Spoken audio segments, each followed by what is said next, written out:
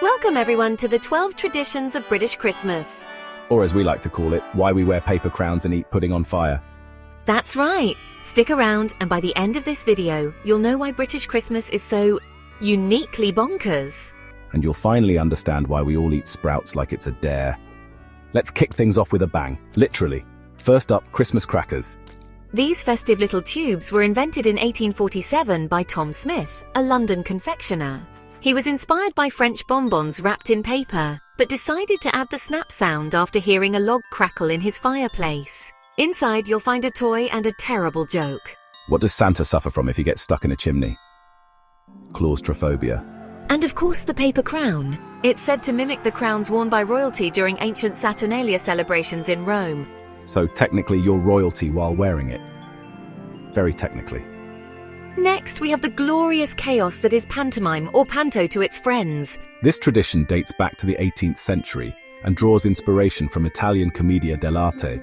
Over time, it evolved into a slapstick, over-the-top performance with audience participation. Fun fact, the first panto dame, a man dressed as an older woman, appeared in the 1800s. These days, pantos star everyone from local talent to C-list celebrities.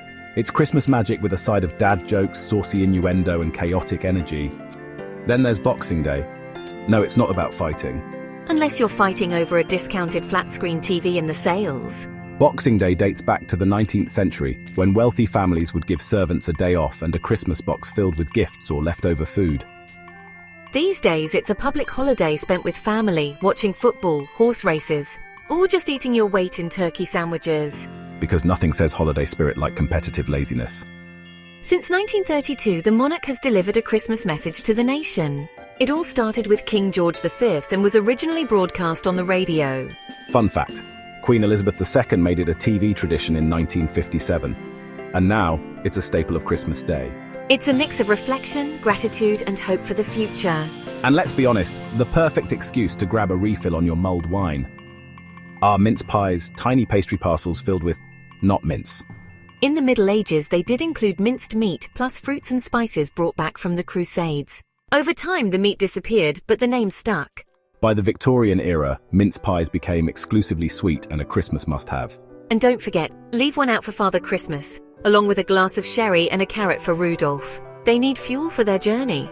Speaking of boozy treats, let's talk about Christmas pudding. It originated as plum pudding in the 14th century, though back then it was more like a thick porridge. By the 19th century, it had transformed into the rich, fruity dessert we know today.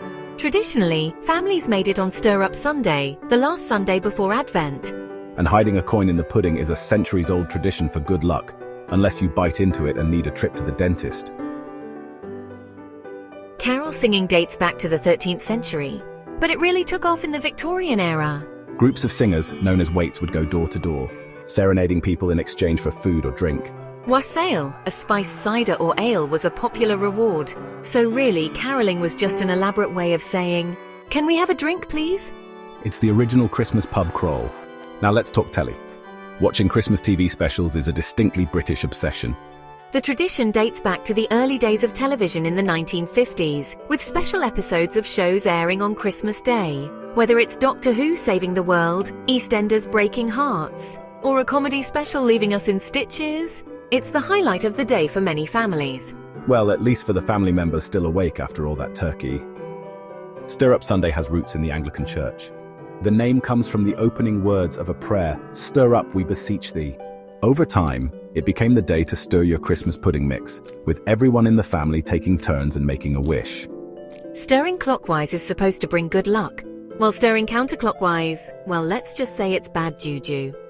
Believe it or not, telling ghost stories on Christmas Eve is an old British tradition, popularised during the Victorian era.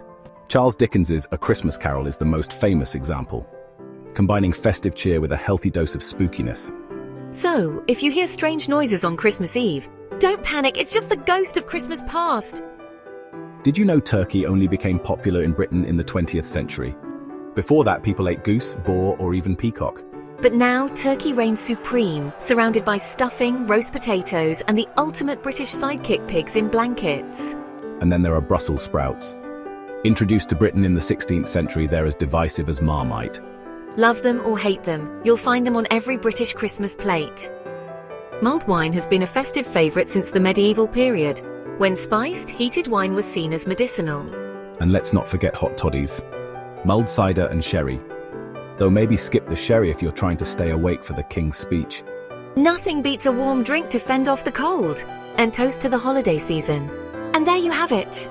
12 uniquely British Christmas traditions steeped in history, humour and a dash of brandy. Whether it's flaming pudding, silly jokes, Or singing carols for cider. There's no place like Britain for Christmas. So wherever you are in the world, have a cracking Christmas!